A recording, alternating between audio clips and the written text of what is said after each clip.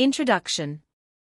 Imagine having the ability to remain calm under pressure and respond rationally rather than impulsively in challenging situations. This book, Don't React, Master Emotional Control, will teach you how to develop emotional intelligence, direct your reactions, and maintain composure in any circumstance. We've all experienced moments where we've said or done things we later regretted due to unchecked emotions. But what if you could alter this pattern? Picture a world where you could consciously choose your reactions instead of being at the mercy of your impulses. This invaluable skill is within your reach, and this book will guide you towards achieving it. Our journey begins by recognizing the critical role of emotional regulation. While emotions are an integral part of the human experience, allowing them to take control can lead us astray. This book will help you identify emotional triggers and provide strategies for effective emotion management. By gaining control over your reactions, you'll be able to navigate challenges gracefully and make decisions that align with your true intentions. The first crucial step is distinguishing between reacting and responding. Reacting is often an automatic, emotion-driven response, while responding involves thoughtful consideration and deliberate action. This book will teach you how to shift from reactive to responsive behavior by cultivating self-awareness and mindfulness. You'll learn to pause during stressful moments, creating space to choose responses that align with your goals and values. Mindfulness, the practice of present moment awareness without judgment, is key to maintaining emotional equilibrium. This book offers simple mindfulness exercises you can incorporate into your daily routine to enhance self-awareness and reduce reactivity. By staying attentive, you'll develop the composure and perspective needed to face any challenge head-on. Breathing exercises are another powerful tool for emotional regulation. When stressed, our bodies tense up and our breathing becomes shallow, exacerbating feelings of anxiety. This book will guide you through easy breathing techniques to help you respond thoughtfully, reduce stress, and calm your nervous system. We'll also explore the importance of understanding the root causes of your emotional reactions. Often, our most intense responses are tied to unresolved issues or past experiences. By identifying these underlying triggers, you can address them directly, diminishing their power over your emotions. The book provides exercises for uncovering and healing these emotional wounds, enabling you to respond more calmly and rationally in the future. This book titled Don't React includes real-life stories of individuals who have mastered emotional regulation. Their experiences will illuminate the value of emotional mastery and inspire you to apply these lessons in your own life. You'll discover that improving your relationships, decision-making, and overall quality of life are all natural outcomes of learning to control your emotions. As you embark on this transformative journey, remember that the ability to manage your emotions is already within you. By mastering the art of non-reactive response, you can create a life filled with calm, clarity, and purpose. Welcome to Mastering Emotional Control. Let's begin this life-changing adventure together and uncover the strength that comes from being in control of our emotions. Imagine having the power to control your emotions, not allowing anger, frustration, or sadness to dictate your responses. It's not about suppressing emotions, but understanding them, regulating them, and using them wisely. You've likely experienced situations where you reacted impulsively, only to regret it later. But what if you could train yourself to respond rather than react? To maintain composure amidst chaos. Here, we'll delve into a methodical approach to using non-reaction as a tool for emotional regulation, offering a fresh perspective on the subject. Are you ready to embark on this life-altering journey? Chapter 1: Understanding Emotional Triggers. Have you ever wondered why certain situations or comments instantly provoke anger, sadness, or anxiety? You're not alone.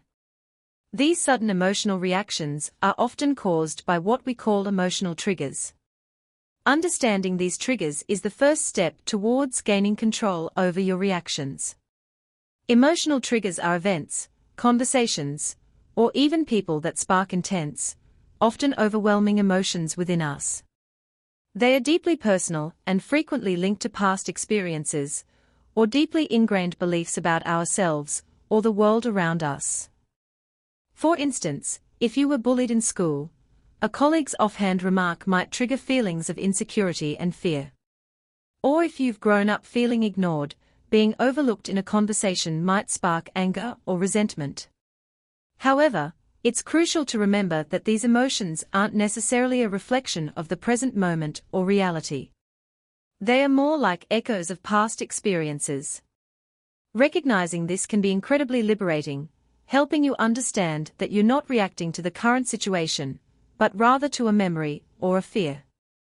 Understanding your emotional triggers isn't about placing blame on others. It's about gaining insight into your own emotional landscape. By becoming aware of what sets you off, you can start to take control of your reactions. You can begin to choose how you respond to your triggers, rather than being at their mercy.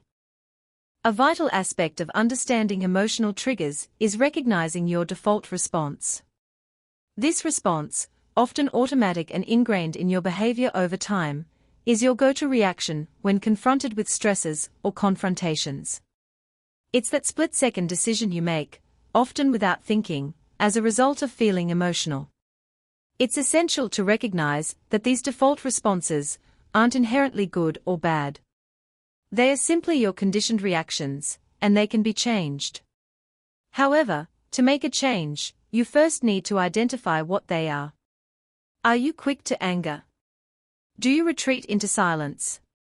Perhaps you become overly pleasing, or maybe you instantly deflect and blame others. To identify your default response, you'll need to do some introspection. Reflect on past situations where your emotions ran high. What was your immediate reaction? Did you raise your voice, withdraw, or burst into tears? Remember, there's no right or wrong answer here. The goal is understanding. It's important not to judge yourself during this process. You're not a bad person for reacting the way you do.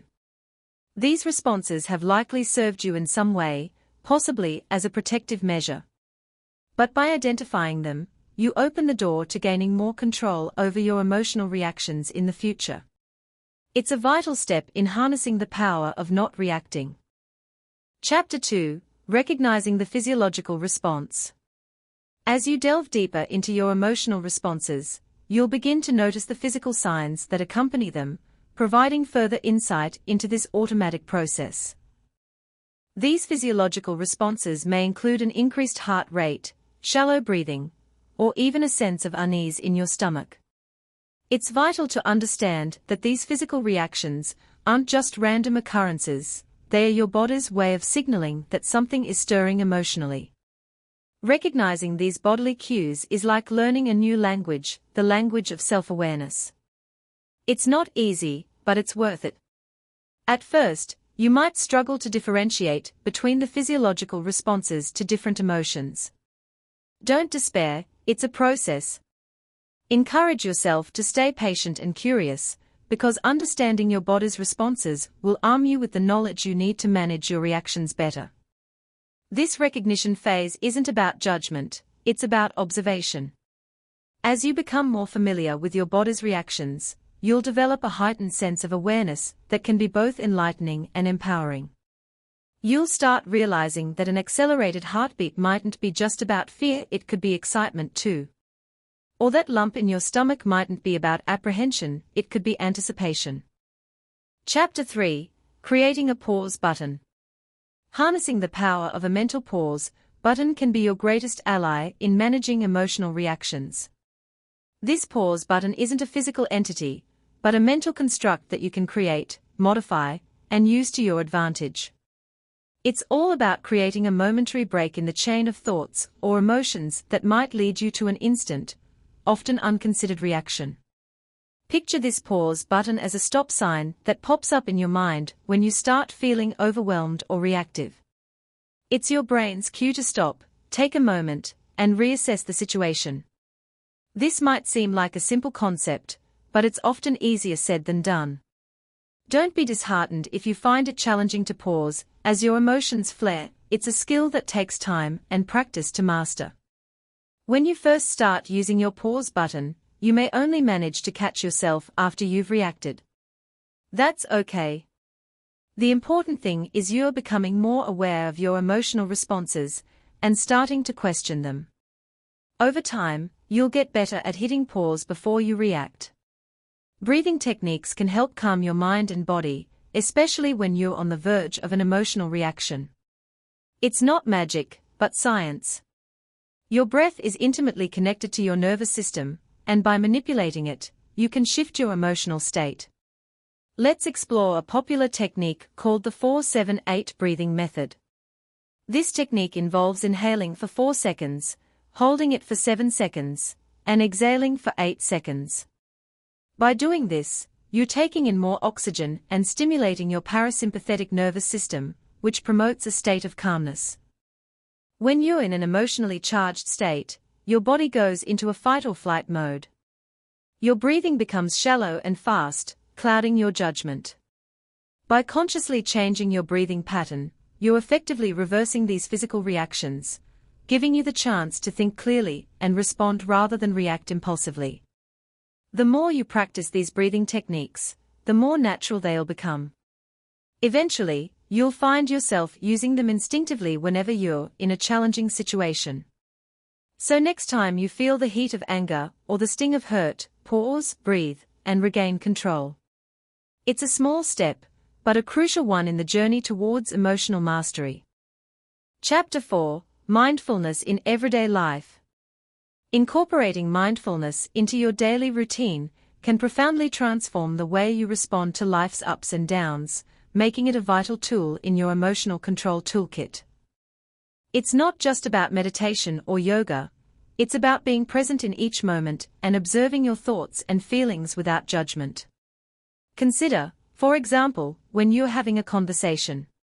Are you genuinely listening, or are you waiting for your turn to speak? By paying full attention to what the other person is saying, you're practicing mindfulness. You're not reacting impulsively, but rather responding thoughtfully and constructively. This simple act can go a long way in improving your relationships and reducing stress. The same applies when you're eating. Rather than mindlessly munching away, try to savor each bite. Notice the texture, the taste, the aroma. By doing so, you're not only enhancing your dining experience, but also promoting better digestion and preventing overeating. Mindfulness can also be practiced during routine activities like washing dishes, brushing your teeth, or even walking. Instead of letting your mind wander, focus on the sensation of the water on your hands, the bristles against your gums, or the ground under your feet. This can bring a sense of peace and calm, making you less reactive to external circumstances. Chapter 5: Developing Self-Awareness Skills. Building upon the practice of mindfulness, developing self-awareness skills becomes an integral part of managing reactions and cultivating a more balanced life. It's about becoming the observer of your own thoughts, emotions, and behaviors. This self-observation isn't about judgment or criticism, it's rather a gentle and compassionate inquiry into one's own inner workings. When you practice self-awareness, you start to notice patterns. Maybe you react sharply when you're tired, or perhaps you're more anxious when you're hungry. These are windows into your behavior, opportunities to understand your triggers, and to cultivate a more balanced response. It's not about suppressing your reactions, but about learning to navigate them more effectively.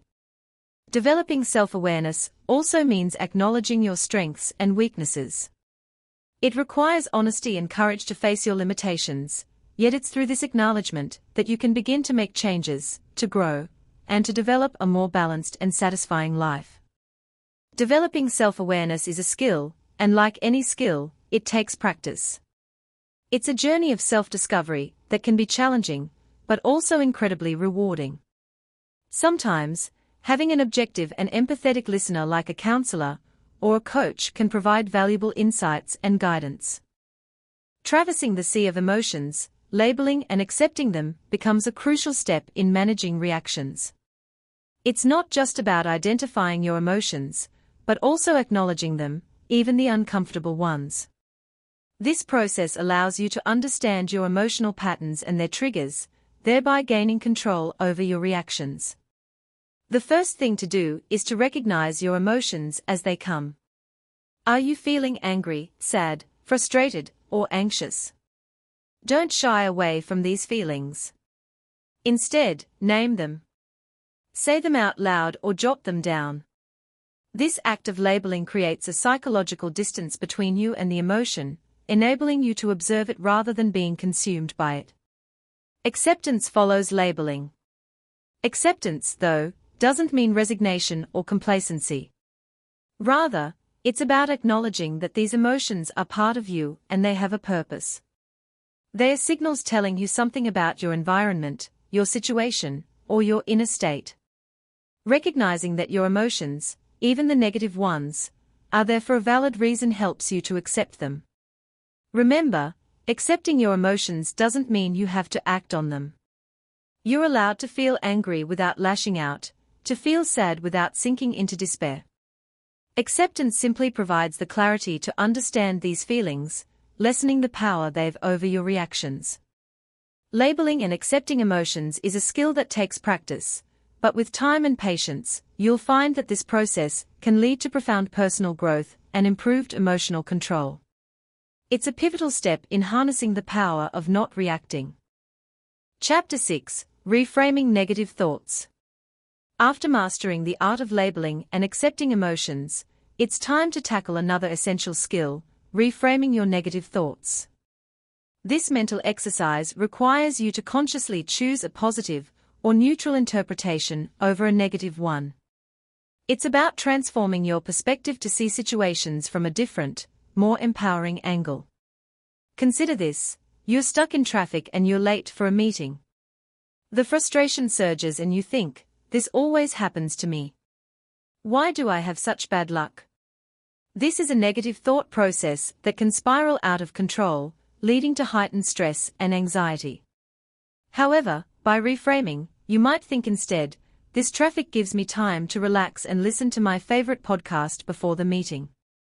Reframing isn't about denying reality or avoiding negativity. It's about widening your viewpoint, acknowledging the existence of different perspectives, and choosing the one that serves you best. Negativity can limit your potential and rob you of the joy in your life. By reframing, you're not only changing your thoughts, but also your emotional response to situations. Often, the world isn't as you see it, but as you interpret it. Reframing provides a way to shift that interpretation to a more positive or neutral one, which can be incredibly liberating. It's about controlling what you can, your thoughts and emotions, and letting go of what you can't. This is the true power of not reacting, and it's a skill that can profoundly improve your emotional well-being. Chapter 7: Practicing Empathy and Compassion. While mastering the art of reframing your negative thoughts gives you control over your emotions, practicing empathy and compassion allows you to extend that control and understanding in responding to the emotions of others. These twin virtues, empathy and compassion, are the gateways to emotional intelligence, enabling you to connect with others on a deeper level. Empathy, the ability to understand and share the feelings of others, isn't an innate skill. It's something you can develop, like a muscle. Start by actively listening when someone shares their feelings. Don't just hear the words, listen for the emotions behind them. Validate those emotions, even if you wouldn't feel the same way in that situation. Remember, it's not about you, it's about them. Compassion, on the other hand, goes a step further. It's not just understanding someone's pain, but wanting to alleviate it. To cultivate compassion, try to put yourself in the other person's shoes. Imagine what it's like to be them, to feel their pain, their joy, their frustration. It's essential to remember that practicing empathy and compassion doesn't mean you're responsible for fixing others' emotions. Your role is to understand, validate, and share in their emotional experience. This practice can help you respond rather than react to emotional situations, giving you greater control over your own emotions and interactions. Chapter 8: Taking Responsibility for Reactions. In your journey towards emotional intelligence, owning your reactions is a critical step. It empowers you to manage not just your emotions, but also the way you express them. Recognizing that you're the one in control of your reactions, not the situation or the person who might have triggered them, is key to developing emotional stability. Think about your usual reactions to different situations. Are they truly serving you? Often, we react impulsively, driven by instinct or habit, without considering whether our response is beneficial or destructive. You have the power to change this. By acknowledging that your reactions are your responsibility, you can begin to choose responses that align with your values and goals. This doesn't mean suppressing your emotions. It's about understanding them, processing them, and then deciding how best to express them. It's about learning to pause before reacting, creating a gap where choice resides. This pause allows you to respond rather than react, to choose understanding over judgment, and patience over frustration. Taking responsibility for your reactions also involves accepting the consequences of your actions. If your reactions have caused harm, making amends is crucial. This not only helps to mend relationships, but also reinforces your commitment to self-improvement. Chapter 9: Building Emotional Resilience. Building emotional resilience, your armor against life's challenges, requires a deep understanding of your emotions and a commitment to navigate through them rather than around them. It's about developing a robust emotional immune system that can withstand stress, adversity, and hardship. The ability to bounce back and recover from emotional setbacks is vital for maintaining your mental health and overall well-being. Firstly, let's recognize that emotional resilience isn't about avoiding or suppressing your feelings. On the contrary, it's about acknowledging them, understanding their origins, and learning how to manage them effectively. You can't control the waves, but you can learn how to surf. Secondly, emotional resilience is about flexibility and adaptability. Life doesn't always go as planned, and that's okay. It's how you react to these unexpected changes that matters. Can you adapt, adjust, and find a way to thrive even when things don't go your way? Finally, building emotional resilience involves cultivating a positive mindset. This doesn't mean you have to be cheerful all the time. It means you're able to hold on to hope and optimism even in the face of adversity. It's about focusing on what you can control and letting go of what you can't. Chapter 10: Learning to Forgive Quickly. Another key strategy in bolstering your emotional resilience is learning to forgive quickly, a step that's often challenging yet incredibly liberating. It's not about dismissing the wrong or pretending it didn't hurt. It's about freeing yourself from the heavy burden of resentment and anger that weighs you down. When you hold on to grudges, you're not punishing the other person, you're punishing yourself. Your mind becomes a battleground of negative emotions, draining your energy and focus. But when you choose to forgive, you regain control. You're not forgiving for their sake, but for your own peace of mind. To master forgiveness, start by acknowledging the hurt. It's okay to feel wronged, it's a natural reaction. But don't let these feelings fester. Reflect on the situation objectively, without letting emotions cloud your judgment. Ask yourself, is holding on to this grudge benefiting you in any way? Then, make a conscious decision to let go. It's not easy, and it doesn't happen overnight. It's a process.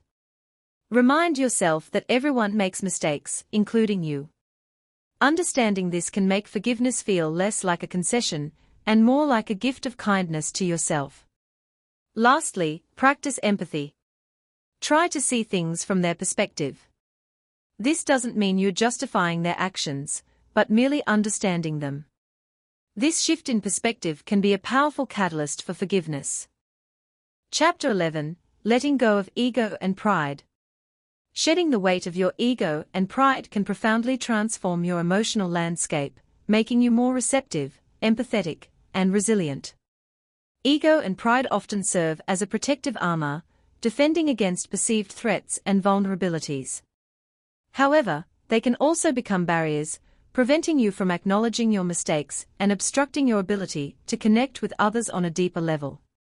Letting go of ego and pride isn't about denying your self-worth or potential. It's about establishing a healthier, more balanced perspective of yourself in relation to others. It's about recognizing that you're not always right, that you're not infallible, and that it's okay to be vulnerable and wrong sometimes. You're human, after all. Begin by becoming more self-aware. Notice when your ego or pride is taking control of your reactions. Are you defending yourself unnecessarily? Are you refusing to accept feedback or criticism? Are you insisting on having the last word? These are clear indicators that your ego and pride are in the driver's seat. Next, cultivate humility. Humility isn't about being meek or submissive, but about recognizing your place in the grand scheme of things. You're important, but so is everyone else. Your opinions matter, but so do others.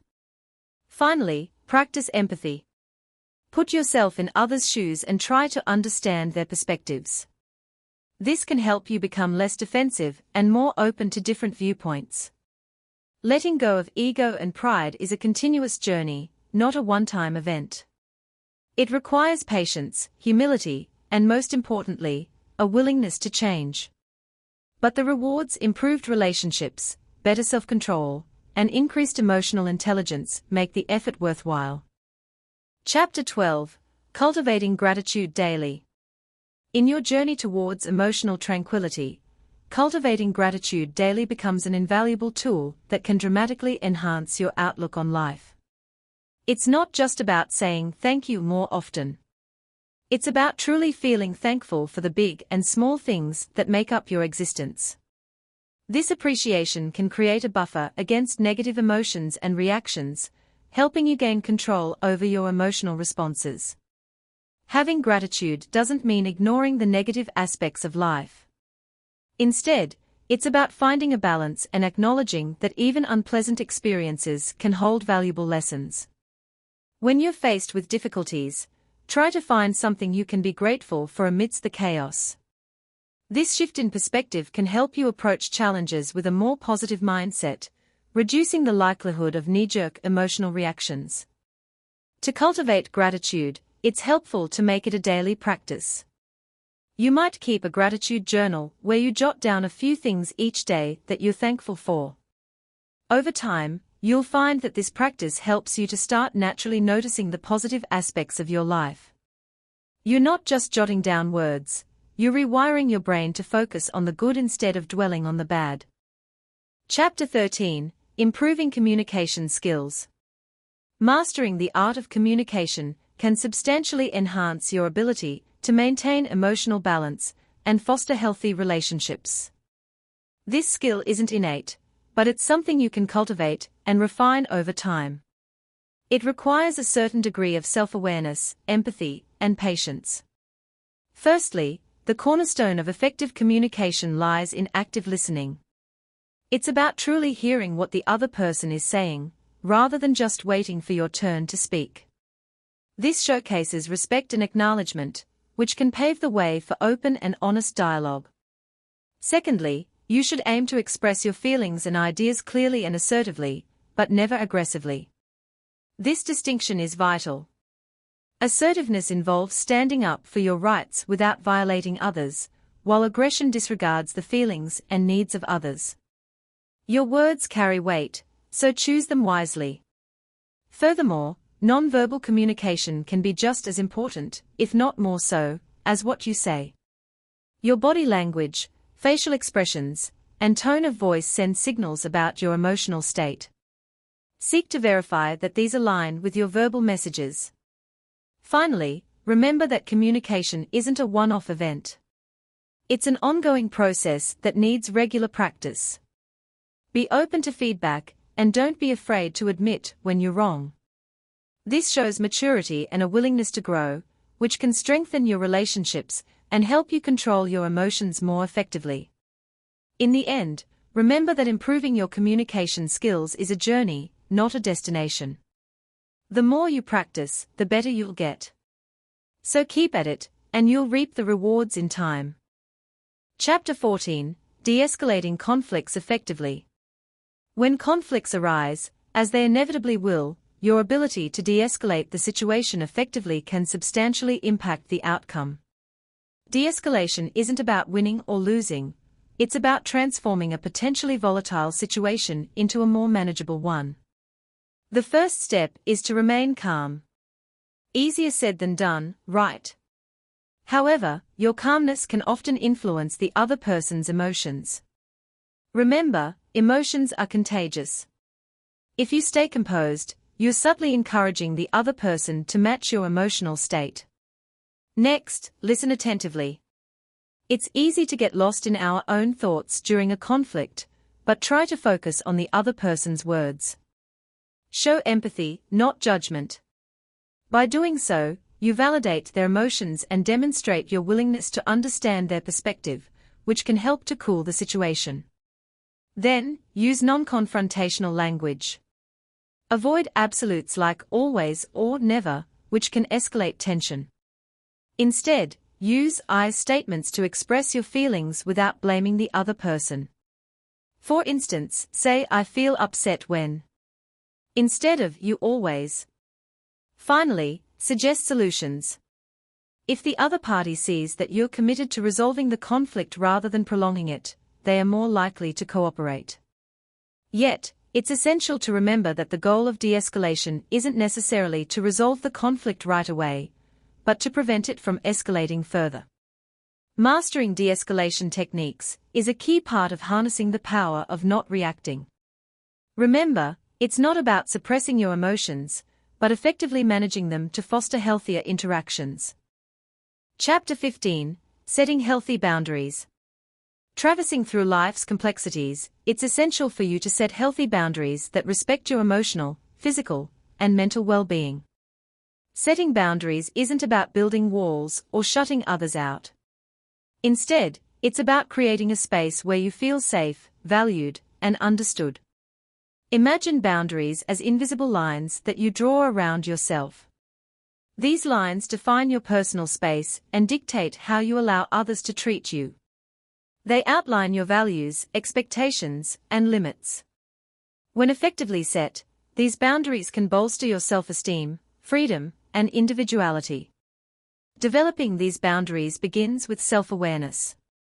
You need to understand your feelings, needs, and values. It's about knowing what you can tolerate and accept, and what makes you feel uncomfortable or stressed. Once you've identified these, communicate them assertively. Be clear yet compassionate, and remember, it's okay to say no. It's also crucial to respect other people's boundaries. Understanding and accepting that others have their own limits fosters mutual respect and empathy. It's a two-way street.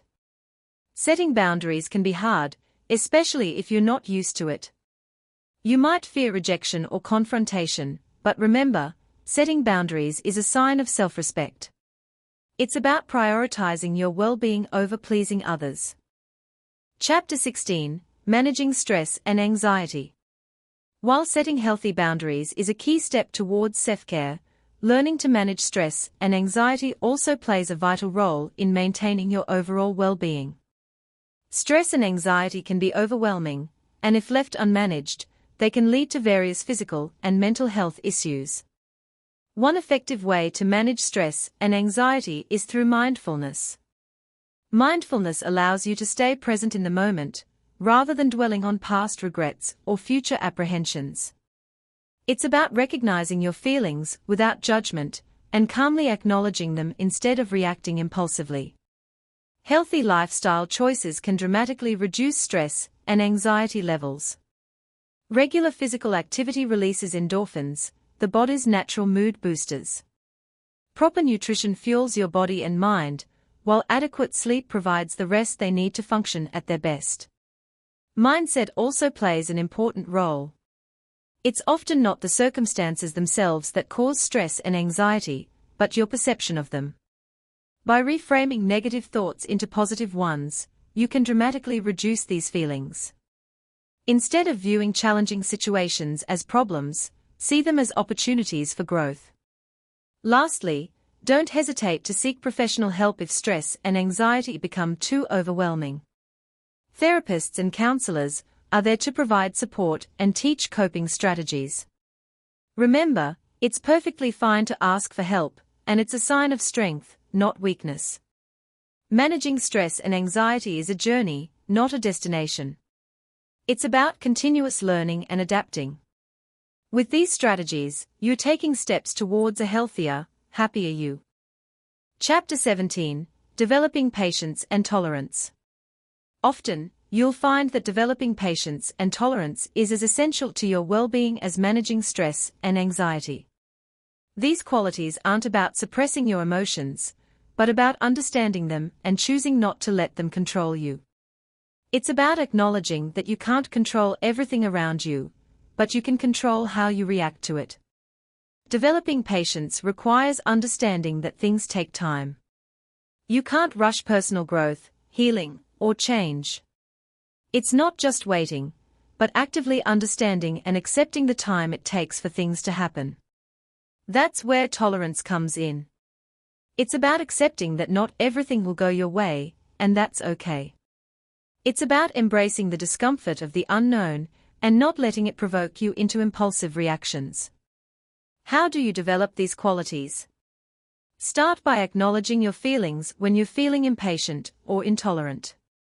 Don't ignore it or push it away. Instead, recognize it, label it, and analyze it. What's causing these feelings? Why are you reacting this way? This awareness is the first step towards developing patience and tolerance.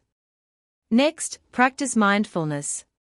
When you're fully present in the moment, not dwelling on the past or worrying about the future, you'll find it easier to be patient and tolerant. Mindfulness helps you recognize that your feelings are temporary, and that reacting impulsively won't help in the long run. Chapter 18: Practicing Self-Compassion Regularly. In harnessing the power of not reacting, it's critical to practice self-compassion regularly. You need to understand that self-compassion isn't just about being kind to yourself, it's a vital element for emotional resilience and mental well-being. Embracing self-compassion is like opening a door to a healthier mental state, and practicing it regularly can fundamentally change how you perceive and deal with life's challenges. It's an act of understanding your emotions, acknowledging your pain, and responding to it with kindness and care. It's about loving yourself, flaws and all. As you deepen your understanding of self-compassion, you'll find it's more than just being kind to yourself. It's about recognizing that suffering and personal inadequacy are part of the shared human experience. You're not alone in your struggles, and it's okay to be imperfect. When you're struggling, instead of criticizing yourself, try to offer the same comfort and understanding you'd give a close friend. That's practicing self-compassion. It's not about ignoring your feelings or suppressing your pain. It's about allowing yourself to feel these emotions and providing a safe space for them. By practicing self-compassion on a regular basis, you're not just being kind to yourself, you're fundamentally shaping a resilience that can help weather life's toughest storms.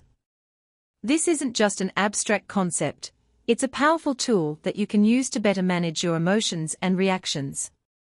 When you're compassionate toward yourself, you're acknowledging that it's okay to be imperfect. You're allowing yourself to make mistakes without fear of harsh judgment.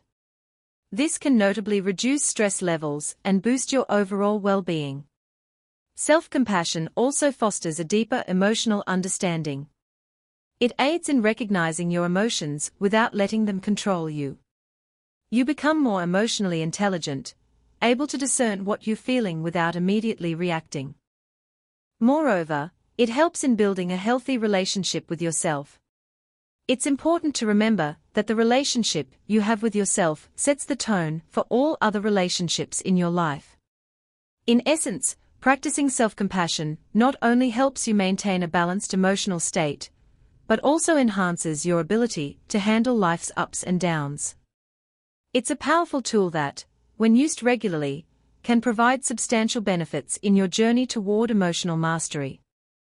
To cultivate a regular practice of self-compassion, you'll need to consciously integrate mindful habits into your daily life that nurture kindness towards yourself.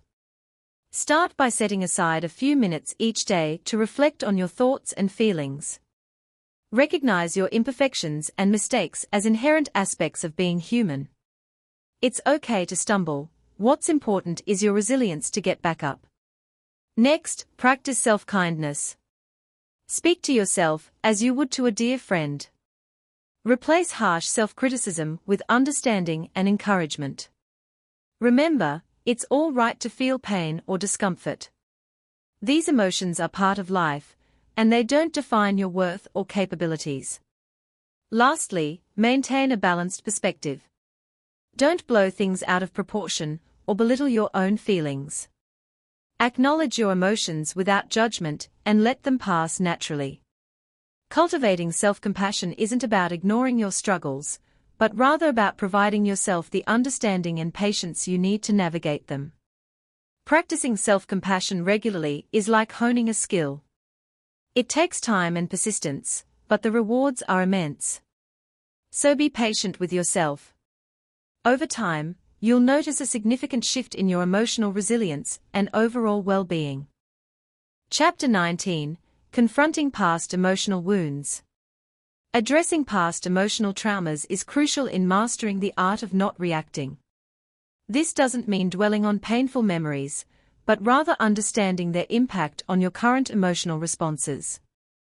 By confronting these issues, you can gain control over your reactions and begin the healing process.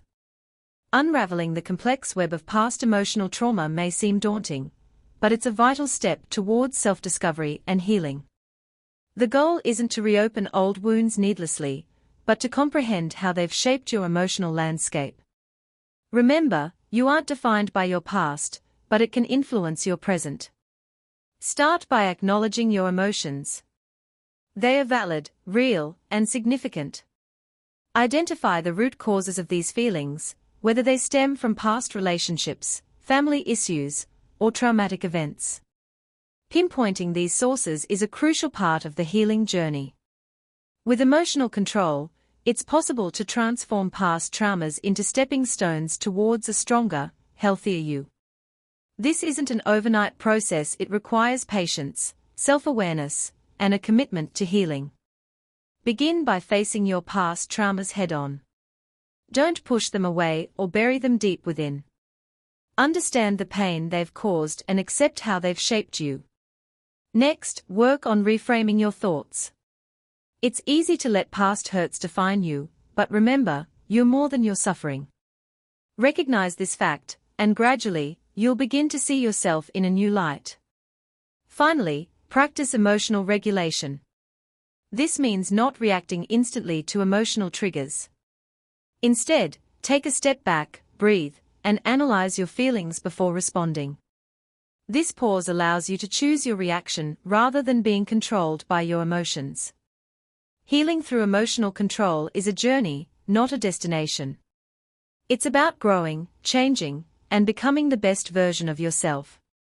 Remember, you're not alone in this process. You have the power to control your emotions and heal from your past. Chapter 20: Embracing Imperfections and Overcoming Fear of Failure. You're not alone in struggling to accept personal flaws and overcome the fear of failure. It's a universal human experience, a journey marked by the courage to confront our imperfections and mistakes. Instead of reacting impulsively or defensively, embracing these aspects of ourselves empowers us to grow, learn, and move forward with resilience and grace. Recognizing and accepting your personal flaws isn't just a pivotal step towards self-improvement, it's also a powerful way to enhance your resilience in the face of life's challenges. We all have imperfections, and that's okay. You're not alone in this journey of self-discovery and acceptance. These flaws don't define you, but how you handle them can. By accepting your flaws, you're acknowledging that you're a work in progress, and that's perfectly fine. You're allowing yourself to be human, to make mistakes, and to learn from them.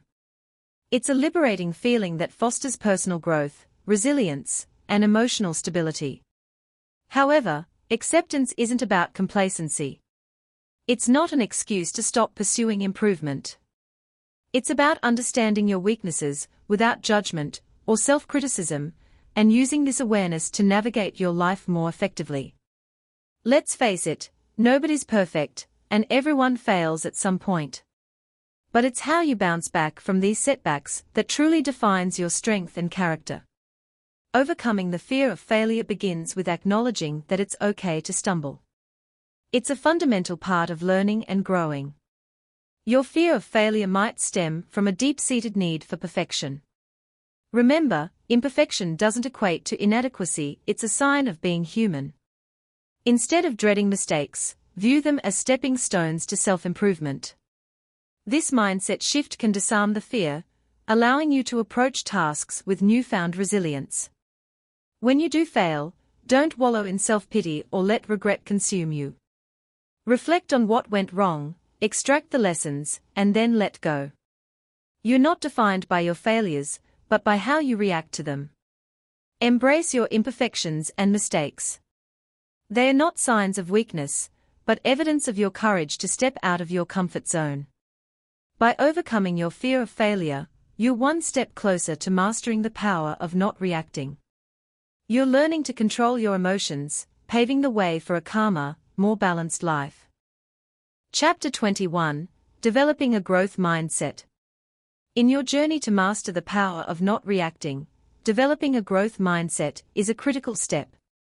It's about understanding this mindset, nurturing emotional resilience, and putting it into practice. Let's explore this together and see how it can reshape your reactions and interactions. While it may seem challenging at first, embracing a growth mindset can substantially enhance your personal and professional development, fostering resilience and a positive outlook towards learning and growth. It's about believing that your abilities can be developed through dedication, hard work, and yes, even failure. It's a concept that shifts your focus from the end point to the journey, from the grade to the learning process, from perfection to progress. You'll find that having a growth mindset encourages you to view challenges as opportunities instead of threats. It's not about avoiding difficulties, but rather seeing them as stepping stones towards improvement. It's about being open to feedback and criticism, not as a dismissal of your worth, but as valuable insights for your development. Understanding a growth mindset also means recognizing that effort is key to success. It's not just about talent or intelligence, but the determination to keep going even when things get tough. It's about persisting in the face of setbacks, knowing that they are part of the journey to mastery. Embrace this mindset, and you're already on your way to developing better emotional control. Building emotional resilience goes hand in hand with adopting a growth mindset, offering you the strength to navigate life's challenges with grace and adaptability. It's not about ignoring your feelings or pretending everything is fine. Instead, resilience is about acknowledging your emotions, understanding them, and allowing them to pass without letting them control you.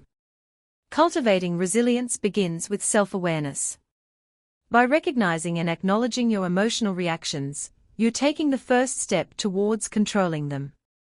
It's okay to feel upset, angry, or anxious. These emotions are part of being human. Next, practice self-compassion. Understand that it's okay to make mistakes and have bad days. These experiences don't define who you are, they are merely stepping stones in your journey of growth and self-improvement. Lastly, maintain a positive outlook, even when faced with adversity. Endeavor to find the silver lining. Remember, challenges are opportunities for growth. They help you become stronger, wiser, and more resilient. To truly harness the power of a growth mindset, you need to apply it in your daily life, embracing challenges as opportunities for self-improvement and learning. Start by recognizing that setbacks aren't failures but lessons. Every time you stumble, you're given a chance to grow, to better understand yourself and the world around you. Cultivate curiosity. Be open to new experiences and welcome different perspectives. When you approach situations with an inquisitive mind, it's easier to see possibilities rather than obstacles. Remember, your intelligence and abilities aren't fixed, they are capable of growth. You're not stuck where you are. With effort, perseverance, and a positive attitude, you can learn and improve. Don't shy away from constructive criticism. It's not a personal attack, but a tool for growth. Embrace it, learn from it, and use it to propel yourself forward. Applying a growth mindset involves constant practice and patience, but the rewards are worth it. You'll gain better emotional control, become more resilient, and open doors to self-improvement and personal success. The power of not reacting lies within you, and it's time to tap into it. Chapter 22: Maintaining Emotional Balance. Mastering your emotions allows you to create a stable emotional balance, which isn't only beneficial for your mental health, but also pivotal in the art of not reacting impulsively. This sense of equilibrium allows you to respond, not react, to life's many challenges. It's like being the calm eye at the center of a storm, impervious to the chaos whirling around you.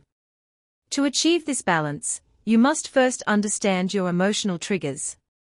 What situations or people provoke intense reactions in you? Once you've identified these, you can work on strategies to manage them. This might involve distancing yourself from certain environments, or it could require more in-depth psychological work. Next, practice mindfulness. Stay present and focus on the here and now. This helps you avoid dwelling on past regrets or future worries, which can easily tip your emotional scale. Remember, you can't control everything around you, but you can control your reaction to them. Additionally, self-care is vital. Eating healthily, getting enough sleep, and regular exercise can stabilize your mood and increase your emotional resilience. Remember, your physical well-being greatly influences your emotional state. Lastly, don't suppress your emotions. Allow yourself to feel and express your emotions in healthy ways. Bottling up feelings can lead to an emotional explosion later on. It's about controlling, not repressing, your emotions. Maintaining an emotional balance isn't about avoiding emotions, but rather managing them. It's a journey, not a destination, and it's completely within your grasp. With practice and patience, you can master this skill and harness the power of not reacting impulsively. To master the power of not reacting, it's vital to understand your emotional triggers and learn to pause before responding. Like a knight in shining armor, equip yourself with deep breathing techniques, a growth mindset, and an understanding of your own imperfections. Remember, you're the master of your emotions, not the other way around. So take charge, cultivate gratitude, and stride into a future where your emotional balance reigns supreme. Thanks for listening to the Audiobooks venue.